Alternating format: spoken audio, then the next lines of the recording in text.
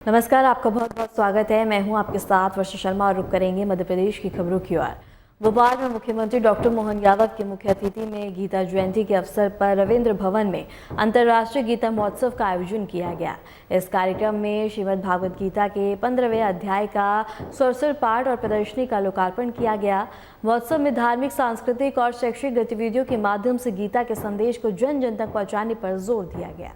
हम सब जानते हैं पुरुषोत्तम योग हमें गहरी सीख भी देता है और वास्तव में भगवान कृष्ण के इस अध्याय में संसार को कितनी अद्भुत कल्पना की गई कि हमारा इस संसार के साथ संबंध कैसा आता है।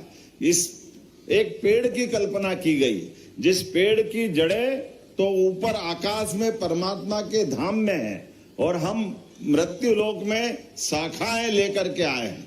हमारा सबका समय उसके साथ जुड़ा हुआ है। इस संसार के साथ ऐसी कई सारी चीजों के बीच भगवान कृष्ण ने सब कुछ समझाने का प्रयास किया है, जिसमें जीवन का आधार हमारी शक्ति और इन सब के ऊपर सत्य सबसे ऊपर है।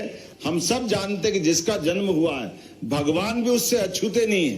कर्मवाद के आधार पर भगवान को भी मनुष्य के समान इस पृथ्वी लोक पे अवतरित होकर के वो सारे सुख दुख, वो सारे कष्ट भी उनको भोगते हुए अपनी अपनी नीति के आधार पर चलना पड़ता है। और ये उसी प्रकार से है जैसे परमात्मा ने हमको आत्मा दी है। कई बार लोग कहते हैं कि जब आत्मा के अंदर परमात्मा बैठा है तो अच्छा बुरा करेंगे तो भगवान के जुम्मे आएगा। नहीं, भगवान के जुम्मे नहीं आएगा। भगवान उससे बचेंगे ऐसे जैसे पानी से बर्फ बनता है। जब पानी से बर्फ बन गया तो बर्फ में पानी नहीं है। हमारा ये पिंड आत्मा से परमात्मा से आत्मा रूपी शरीर लेके आता है तो परमात्मा बाहर हो गए। अब हमारे हाथ से वो बर्फ के अपने जो भी कर्म है वो बर्फ को भुगतना है। लेकिन बर्फ पिघलेगा फिर जल बनेगा तो फिर जल में वापस वही परमात्मा की लीला वाला कर्म चालू होगा। लेकिन बर्फ के कर्म बर्फ को भुगतना है। ऐसे प्राणी के जन्म के साथ उसके कर्म को उसको भुगतना है। मेरी अपनी ओर से एक बार फिर सब आपका वंदन, अभिनंदन, बहुत बहुत धन्यवाद। बोले गोपाल कृष्ण भगवान की। मुख्यमंत्री डॉक्टर मोहन यादव 4 दिसंबर को शहर विकास समिति की पहली बैठक की अध्यक्षता करेंगे। इस बैठक में सभी जनप्रतिनिधि, विभागीय अधिकारी और संबंधित प्रशासनिक सदस्य शामिल होंगे। बैठक का मुख्य उद्देश्य शहर के बुनियादी ढांचे, विकास योजनाएं, नागरिक सुविधाओं और विभिन्न प्रशासनिक मुद्दों पर विस्तृत समीक्षा करना होगा। अधिकारी अपनी रिपोर्ट प्रस्तुत करेंगे और आवश्यक सुधार और नए प्रस्ताव पर चर्चा की जाएगी। मुख्यमंत्री ने कहा कि यह बैठक शहर विकास की दिशा में रणनीति तैयार करने और तेजी से क्रियान्वयन सुनिश्चित करने के लिए महत्वपूर्ण होगी। मध्य प्रदेश के मुख्यमंत्री मोहन यादव ने मंत्रालय में सहकारिता विभाग की समीक्षा बैठक की। बैठक के दौरान बैंक द्वारा राज्य सरकार को 4.27 करोड़ की राशि का चेक प्रदान किया गया। इस अवसर पर कैबिनेट मंत्री विश्वास सारंग भी मौजूद रहे। बैठक में सहकारिता विभाग की वित्त स्थिति, बैंक के योगदान और आगामी योजनाओं पर भी चर्चा हुई। मंत्री ने कहा कि बैंक की यह राशि राज्य के विकास परियोजनाओं और सामाजिक कल्याण योजनाओं में महत्वपूर्ण योगदान देगी।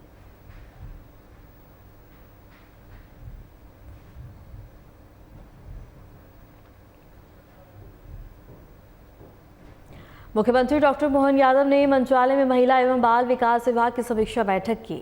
बैठक में महत्वपूर्ण निर्णय लिए गए, जिनमें देश में पहली बार आंगनबाड़ी कार्यकर्ता और सहायक की भर्ती के लिए ऑनलाइन पोर्टल की शुरुआत शामिल है। विभाग में के रिक्त बता दें कि 19,500 पदों में से नियुक्ति आदेश भी जारी किए गए। इस पहल से भर्ती प्रक्रिया में पारदर्शिता और तेजी से आएगी। साथ ही बच्चों और महिलाओं को गुणवत्तापूर्ण सेवाएं उपलब्ध करवाई जा सकेंगी।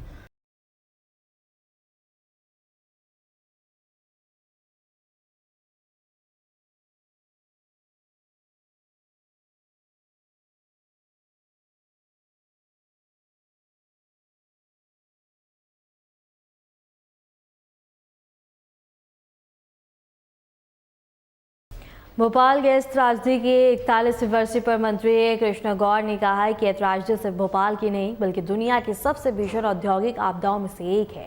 उन्होंने प्रभावित परिवारों के दर्द को याद किया और कहा कि विकास के साथ मानव सुरक्षा को प्राथमिकता देना आवश्यक है। मंत्री ने मानव जीवन की सुरक्षा की महत्वता पर जोर देते हुए कहा कि यह त्रासदी हमें सदैव याद दिलाती रहेगी।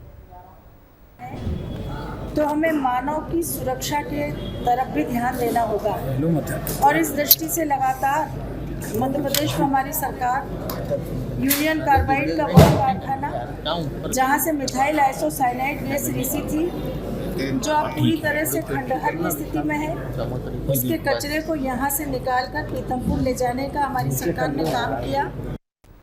पूर्व मुख्यमंत्री कमलनाथ ने मध्य प्रदेश में किसानों की स्थिति को गंभीर बताया। उन्होंने कहा कि राज्य की लगभग 40-70% अर्थव्यवस्था कृषि पर निर्भर है, लेकिन अधिकांश किसानों के पास ट्रैक्टर या पंप का उचित रखरखाव नहीं है। कमलनाथ ने इसे कृषि क्षेत्र की वास्तविक चुनौती और वर्तमान स्थिति के लिए चिंताजनक बताया है। कृषि क्षेत्र की मध्य प्रदेश का दुर्भाग्य है। मध्य प्रदेश की 70% अर्थव्यवस्था कृषि क्षेत्र पर आधारित है। ये नहीं कि 70% किसान है, कोई ट्रैक्टर चलाता है, कोई पंप का मरम्मत करता है। तो आज ये हालात है। आप खाद, बीज, भाव, ये हालात आज मध्य प्रदेश में है। भोपाल जिले के कलेक्टर श्री पार्थ जायसवाल ने खाद लेने आई छात्रा के साथ थप्पड़ मारने की घटना पर तुरंत संज्ञान लिया। मामले की गंभीरता को देखते हुए कलेक्टर ने नायब तहसीलदार श्रीमती रितु सिंघई को कारण बताओ नोटिस जारी किया है और आज ही उनका लिखित जवाब मांगा है। कलेक्टर ने कहा कि प्रशासन इस तरह के कृत्यों को बर्दाश्त नहीं करेगा और सभी अधिकारियों को जनता के साथ व्यवहार में अनुशासन बनाए रखना अनिवार्य है। जिला शिक्षा अधिकारी में ई अटेंडेंस लागू ना करने वाले 663 शिक्षकों को नोटिस जारी किया गया है। अधिकारियों ने बताया कि नोटिस के जवाब के आधार पर ही आगे की कार्रवाई की जाएगी।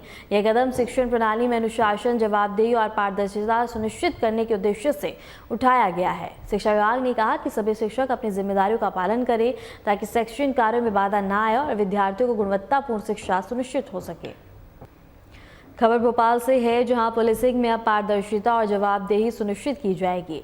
थानों में शिकायतों की अनदेखी नहीं होगी और इसके लिए स्कैन सिस्टम लागू किया जाएगा। अब शिकायत सीधे पुलिस कमिश्नर तक पहुंचेंगी, जिससे मामले में प्रभावी कार्रवाई संभव हो सकेगी। नागरिकों को शिकायत दर्ज कराने में आसानी होगी और पुलिस प्रशासन की जवाबदेही बढ़ेगी। फिलहाल के लिए मध्य प्रदेश की खबरों में इतना ही। नमस्कार।